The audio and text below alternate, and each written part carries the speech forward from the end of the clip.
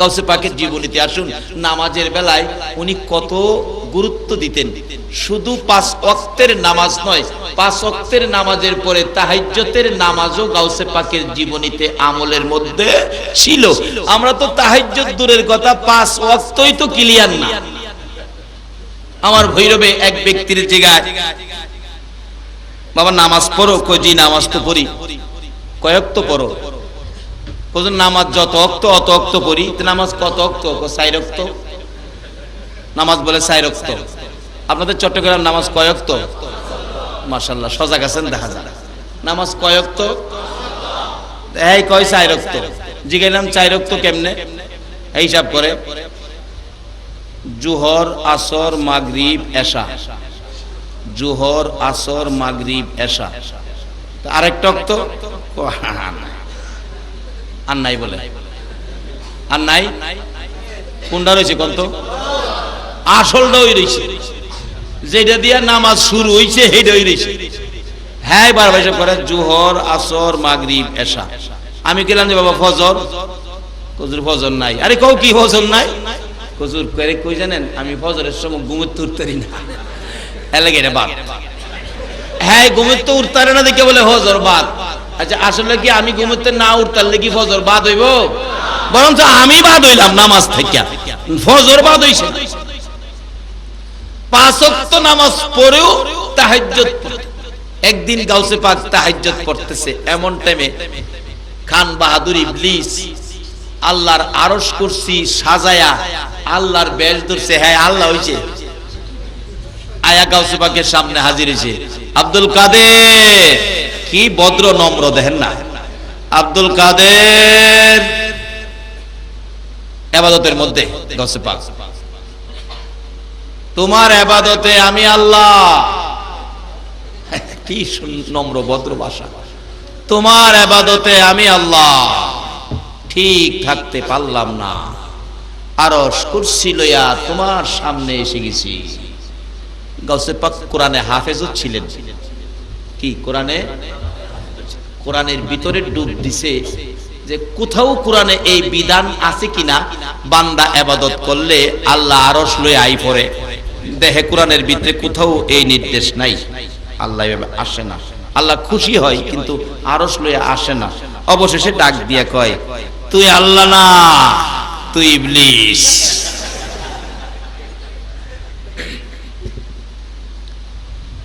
কিন্তু গাউসে পাকের এই ক্ষমতা আছে দেখে না ধরছে কি কর। আর আমরার মতো একজন মানুষের কাছে যদি আয়া কইতো এই সাজ সরঞ্জাম লইয়া আমি আল্লাহই পড়ছি, তাইলে কি ফাওয়া হয়ে গেলাম? বলে না আল্লাহ গো।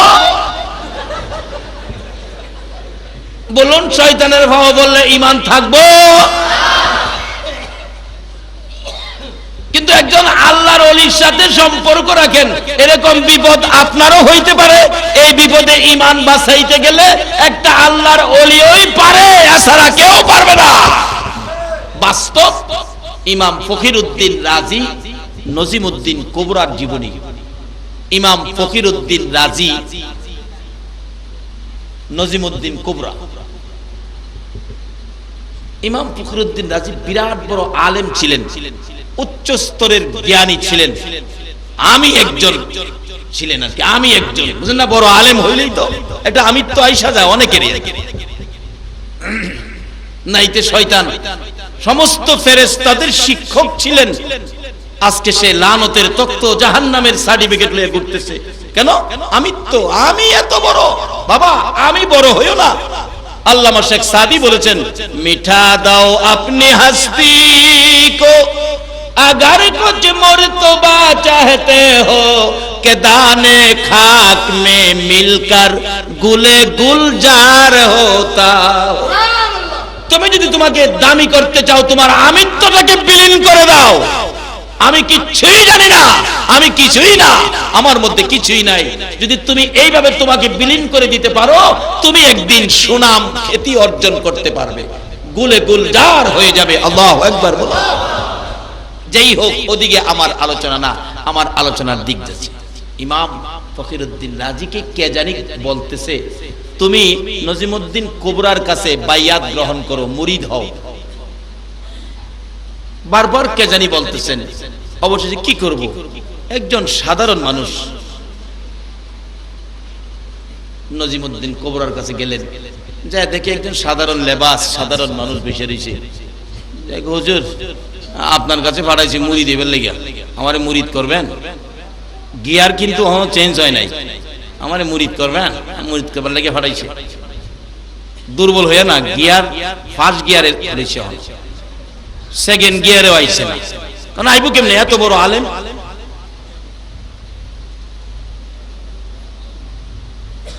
উনি অন্তরের চোখে দেখে যে না, এখনো গিয়ার চেঞ্জ হয় নাই, বলতেছে বাবারে, তোমাকে বাইন্দা রাখার মতো রশি আমার কাছে নাই, তোমাকে মুরিদ করার মতো শক্তি আমার এখনো হইছে না, না মুরিদ করতে হইব। তাইলে একটা কাজ করো, কি আমার জন্য একটা সদাই নিয়ে আসো, যদি সদাইটা আনতারো তাইলে তোমার মুরিদ করব। সদাইটা কি? ইতিহাস লেখে, তাদের জীবনী লেখে, সদাইটার নাম ছিল নাচিজ। নাচিজ কোন সিজই না, নাচিজ। কইটার লেগে থাকবো লয়ামু, তো মৌলবী তো বিরাট বড় মৌলবী, দোকানদারের কাছে গিয়া কো ভাই সাহেব নাচিজ বিক্রি করেন? নাচিজ। দোকানদার কয় এদিকে মাথাটা এদিকে নেন, ফ্রিজের পানি দিয়ে দেই। কেন? এই মৌলবী, নাচিজ কোন সিজ আছে? কই আমার হিসাব কি কইল তো। আরেক দোকানে গেছে, ওষুধের দোকানে, ভাই সাহেব নাচিজ বিক্রি করেন আপনারা? ওষুধের দোকানদাররা কয় এটা মাথার দোষ, এটা ইঞ্জেকশন দিয়ে দেয়। আরে কি ব্যাপার, মাথার দোষ কোন? হ্যাঁ, আমার হিসাব কইছে। জান নাচিজ কোন চিজ আছে?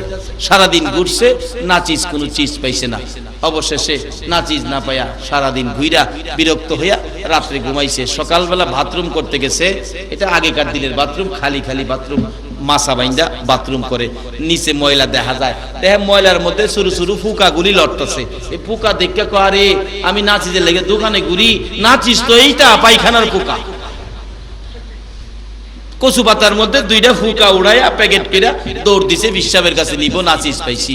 একটু পরে যাওয়ার পর রাস্তার মধ্যে ফুকায় ডাহে, আল্লাহ আমার জবানটা খুলে দিবেন। কিল্লে গিয়া দরকার আছে, যা খুলে দিলাম। ফুকায় কথা কয়, হুজুর আমারে কই নিতেছেন? পীরের কাছে। কিল্লে গিয়া? পীরে নাচিজ চাইছে। তা আমারে নেন কে রেখো, তুই তো নাচিস, তুই পায়খানার ফুকা, এর চেয়ে আর কি আছে নাচিজের? কহ আফসুস, আমি তো লাল মিয়ার দোকানের আপেল ছিলাম, মানুষ শ্রেষ্ঠ মাখলুক, আমাকে খাওয়ার পরে আমি পায়খানা হইয়া ময়লা হইলাম, এই জন্য কি আমি নাচিজ হয়ে গেলাম? আমি তো আপেল ছিলাম। আরেকটাই কয় আমি তো সবুজ মিয়ার দোকানের ফার্মের মুরুখ ছিলাম, 130 টাকা কেজি কিনে আনছো, আইনা খাইছো, সৃষ্টির শ্রেষ্ঠ মাখলুক, এই জন্য আমি নাচিজ হয়ে গেলাম। আল্লাহ এই বিচারটা তোমার কোর্টে দিলাম, আমি তার বিরুদ্ধে বিচার চাই। আমারে নাচিজ কইল কি লেগা? এই পোকার মুখে কথা শুনে ওনার হাত থেকে পোকাগুলো জমিনে পড়ে গেল। একটা দৌড় মারছে। পিসা হুজুর দেখতাছেনি সব ঘটনা? কয় না, কয় না।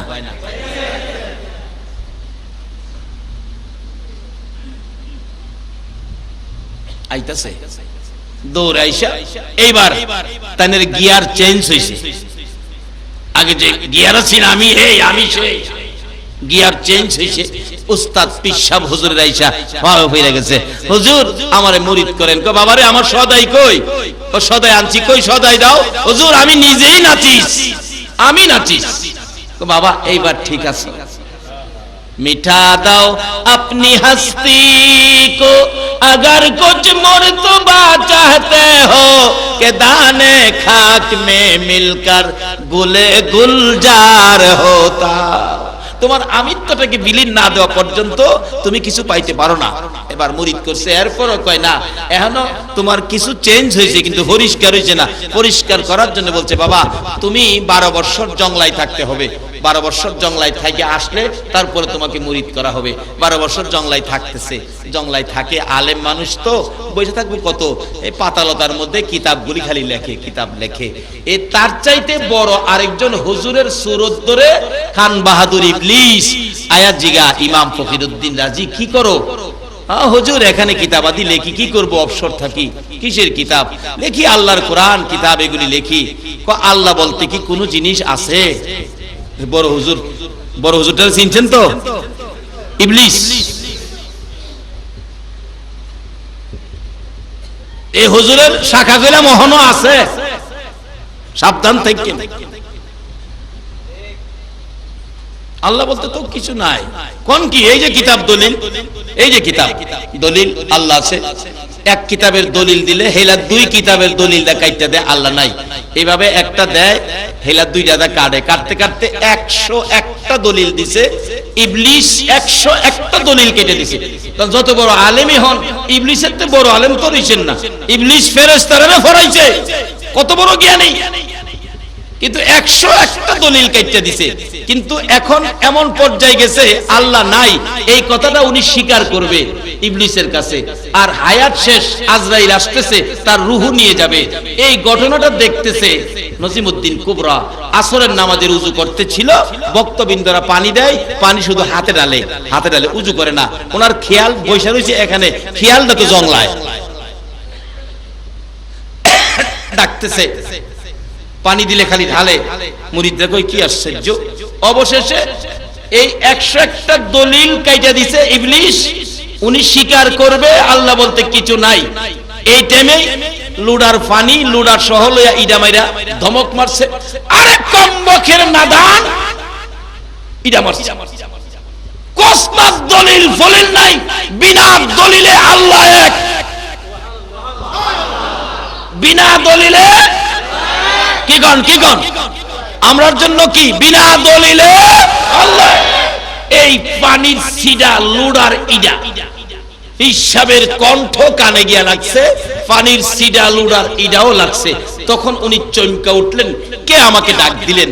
ঈমান হারা হয়ে যাইতো এত বড় আলেম ইবলিসের মতো হয়ে দুনিয়ার থেকে বিদায় হওয়ার মুহূর্তে ওই আল্লাহর ওলি পীর সাহেব কিবলা এই বিপদ মুহূর্তে পানির ইডা, পানির সিডা, লুডার ইডা আর কণ্ঠের ডাক পৌঁছাইয়া তখন ওই ব্যক্তি চিৎকার মেরে ডাক মারলেন, বাবা, বাবা গো, কে আপনি আমাকে সংকেত দিলেন? তাহলে তুমি তো হুজুর না, তুমি তো ইবলিস। এই আমার পীর সাহেব আমাকে সংকেত দিয়েছে, দলিল ফলিল নাই, বিনা দলিলে আল্লাহ এক, একথাই রাইট, বিনা দলিলে আল্লাহ এক স্বীকার করে নিলাম, কোনো দলিল ফলিল দরকার নাই। এই মুহূর্তে আজরাইল এসে তার রূহ নিয়ে গেলেন, ঈমান নিয়ে কবরে গেলেন, একমাত্র আল্লাহর ওলির নেক নজর থাকার কারণে। বাবারা, ওই রকম একজন ওলি পক্ষে থাকলে আমাদের লাভ হবে না লস হবে? গাউসে পাকের মতো একজন ওলি যদি আমাদের পক্ষে থাকে তাহলে আমাদের লাভ হবে না লস হবে? তাই বলতেছিলাম, গাউসে পাক নামাজ পড়তেন কিনা বলুন? নবীর শিক্ষায় নবীজি কোনো কিছু প্রশ্নের সম্মুখীন হলে 2 রাকাত নামাজ পড়তেন, ঠিক হুবহুব নবীর আদর্শ, নবীর শিক্ষা গাউসে পাকের আছে। একদিন তাহাজ্জুদের নামাজও পড়তেন, গভীর রাতে গর্তে বাইরেছে উযু করব নামাজ পড়বার লাগা। আচ্ছা, উযু ছাড়া কি নামাজ হইব? উযু তো করতে হবে। উযু করতে বাইরেছে তাহাজ্জুদের নামাজ পড়ব, এই ফাঁকে দা ঘরের ভিতরে সুট ঢুকছে, দরজা খোলা তো, সুট ঢুকছে ভিতরে, সুট ঢুকে ঘুরতাছে কি নিব কি না। গাউসে পাক ডাকতাছে, দিনে আইছো, রাইতে আইছো চুরি করতে আমার ঘর? দিনেই তো মানুষ কিছু পায় না। সুরা বেড়া ভাবতেছে মনে হয় খামখেয়ালি করতেছে, হ্যাঁ ঘুরতেছে চুরি করতে। উনি উজু টুজু কইরা ঘরের ভিতরে ঢুকছে, দরজা টরজা লাগাইছে। সুরা বেড়া একটা চাড়ি না পেঁচায়া খাড়ে দিছে শাড়ির ভিতরে, কারণ দরতাল্লা তো সাইজ করে লাইব। সুর ধরলে কি আপনারা সাইজ করেন না? না এমনি চুমায়া সাইরা দেন? নামাজে দাঁড়াইবো গাউসে পাক, এমন টাইমে হযরত খিজির আলাইহিস সালাম যাচ্ছে। এ ওলিকুল শিরোমণি, এই মুহূর্তে শহরের একজন কুতুব ইন্তেকাল করেছে, একটা কুতুবের ব্যবস্থা এখন করে দেন, না হয় শহর অ্যাক্সিডেন্ট হবে, শহরগুলিতে আগুন লাগে, মারামারি লাগে, খুন খারাপি হয়, যখন শহর কুতুবের মধ্যে শর্ট পড়ে, 40 জন কুতুব লাগে একটা শহর চলতে, যে কোনো এলাকায় অ্যাক্সিডেন্ট বিপদ, মনে করবেন এই এলাকার কুতুবের ইন্তেকাল, এই জন্য এখানে বিপদ হইতেছে। যতক্ষণ পর্যন্ত এই কুতুব এখানে নিযুক্ত না হবে ততক্ষণ পর্যন্ত আপনারা ভাববেন না চট্টগ্রাম শহর শুধু কমিশনার দিয়ে চলে, শুধু মেয়র দিয়ে চলে। আল্লাহর পক্ষ থেকে, রাসূলের পক্ষ থেকে কুতুবগণের, ওলিগণের, মেয়র এবং কমিশনারের বাজেট করা আছে, তাদের উসিলাতে চলছে, আমাদের উসিলাতে নয়। আবার আসুন সেই দরজাগুলি আবার আমরা খুলি, সেই দরজার সাথে আমরা সম্পর্ক রাখি।